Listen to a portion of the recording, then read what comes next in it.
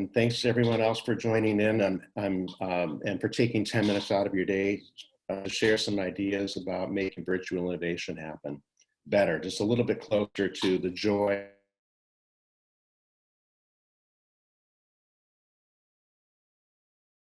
that are relevant for transforming what is typically a live session to something virtual.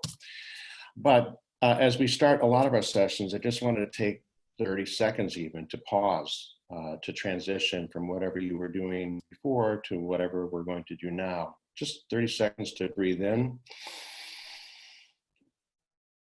to hold,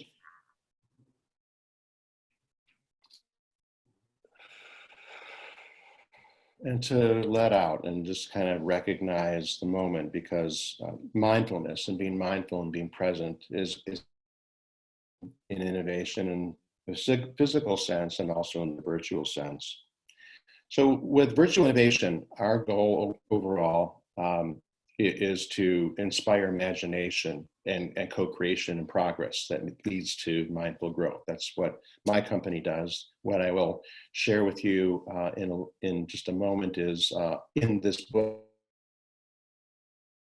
lessons that I've learned over the last 20 years of conducting innovation in large organizations. And what we find is that with virtual innovation, our goal is to emulate the essential ingredients of any kind of innovation project. In any kind of innovation project, you need clarity on the design challenge. You need to know what you're about to embark on and why.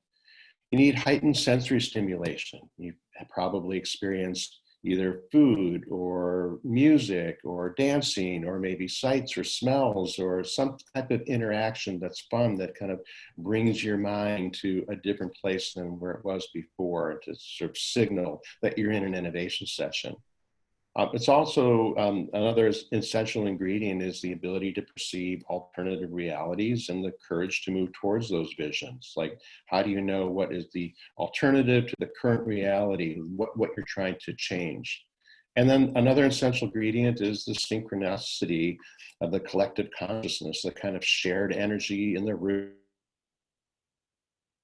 being with you and exchanging ideas and building on each other. And it's really hard to do that in a Zoom kind of situation, because even though we've tried a lot of different ways to make these conferences video, they were all designed originally to augment the experience instead of replace the experience. And so now we've sort of had them be in this place of replacement, which is not very good. And it's causing fatigue.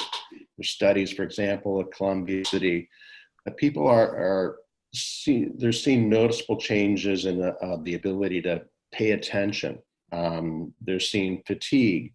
They're seeing the sense of feeling foggy. They're concerned about that from a learning perspective as we enter the fall with a lot of online learning. But also video conferences mess with our head. They kind of mess with our perception of reality. We're not sure if we're supposed to be looking at ourselves in the screen, looking at the eye of the camera. We are jittery physically because of the connection speeds. So everything's kind of wrong about how that happens with a video conference compared to what happens with a virtual situation in real. So our challenge is to enhance the way virtual innovation happens. And while we're likely to be doing this virtual thing for a long time, certainly by the end of this year until another pandemic or climate change starts to get to us, we want to shift the way we do it. And it's going to be good for us in the long run too, because if we can perfect the virtual situation, if we have to be in that situation, it'll be better for our psyche instead of looking at the screen. So there's a few specific things to think about. One of them is around attention span. Even 10 minutes, it's hard to pay attention, but 30 minutes, 2 hours on a Zoom call or a Microsoft team meeting or something like that is hard. So it's important to understand that people are losing attention, to pay attention to the fact that their attention span is a little bit shallow, and to do things to try to keep that more alive. And for example, breaking the meetings into smaller chunks instead of a half-day meeting. Maybe you're doing 30 minutes, or you're doing an hour, or you're doing 2 hours, and you're taking what would be maybe 8 or 10 hours of work and breaking it into individual chunks. Allow for divergent thinking around the way, build on ideas from session to session. The other thing is around physical interaction. You know, when we're in a physical space, we share things and we have these physical artifacts. And right now, all the content, or the vast majority of the content that people are receiving, is digital. So think about maybe what you can send to people in the mail. Send them, they could be snacks, they could be things like lemons, making lemon, or other kinds of interesting fruits, or even essential oils that they can put on and have that as a way to stimulate their thinking. And so if you can increase the amount of physical connection, like artifacts that they have with them, that's going to heighten their senses. The other thing is providing opportunities for collaboration. And part of that is the actual software that you can use. So one software I do in a physical setting, to do that virtually. Post-it notes and mind maps, everything like that. So check out Miro. That's a good opportunity. The other thing is around emulating the huddle. So you, in a virtual situation, you want to emulate the way you normally do it physically, where people are in groups, and to pull that together so that people can feel like they are in a group. Facilitate exercises like passing the ball from screen to screen, throwing paper airplanes, or try kind of a word building challenge along the way so that people feel like they're working in groups. Mindfulness is super helpful. People are anxious right now. You want to set the right tone. They're overwhelmed, they're confused, they're anxious. So provide a conscious pause for people during your sessions to just kind of think through the content and get ready to create, and make sure that everyone's actually feeling heard, not just shouted at. Try to break into teams, one-on-ones, to increase the level of empathy so you can get to know somebody on a more personal basis, do a personal check-in, and see how their personal life is engaging with their professional life. So do those kind of check-ins. And then synthesizing, coalescing what you learned and what you created during the session, like you would in live, into themes, into groups, into platforms, into potentially emerging strategies or big ideas. But make sure you get some sort of sense of conclusion from all the activity and the work, instead of just ending the meeting and saying, see you next time.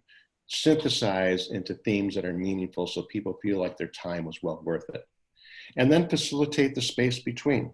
So people need time to think and reflect. And if you're breaking your virtual innovation programs, initiatives into individual increments, provide space between for them to think. Invite that opportunity for them to do that, to increase the energy. And then I would say, just, right now people are craving empathy. They're craving connection. They're craving new opportunities to learn. So you, as a facilitator or a participant in a creative innovation exercise, connect with them consciously and enable them to take that time and to come back with fresh ideas and continue the virtual innovation work in the way that you created, emulating as much as possible the physical situation. So that's my 10 minutes on virtual innovation. Thank you so much, Michael. I know that's just the tip of the iceberg, and I know you're working with several cohorts, internationally, to kind of think about what's coming next, right? What is our future like? So I would love for you to come back and share more about just, your personal perspective and things that you're hearing from, your cohorts and other groups of people in your community. Thank you so much for sharing today. Oh, you're very welcome. I'm wishing everyone the best, to keep their minds fresh, to keep creating, and to not let the situation get you down. Namaste. Thank you, Michael. Thank you. Have a great day, everyone. Thanks for spending 10 minutes with 52. Bye.